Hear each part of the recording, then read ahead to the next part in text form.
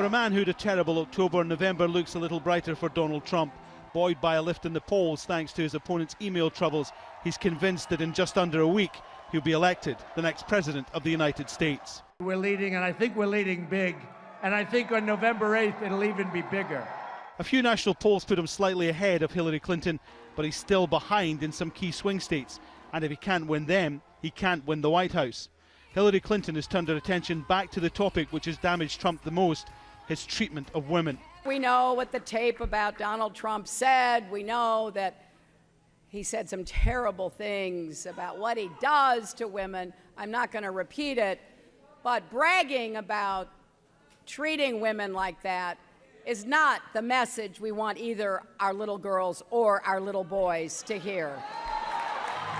In Ohio, President Barack Obama was back campaigning and back hammering the Republican candidate.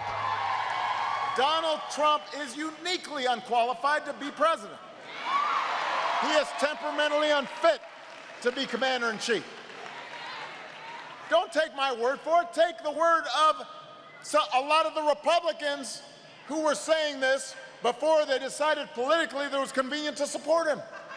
Earlier in the day, Trump ripped into Obama's signature health care act, Obamacare as it's commonly known. With people in almost 40 states facing steep rises in premiums, Trump promised within days of taking office he would kill it. I will ask Congress to convene a special session so we can repeal and replace. And it will be such an honor for me, for you, and for everybody in this country, because Obamacare has to be replaced.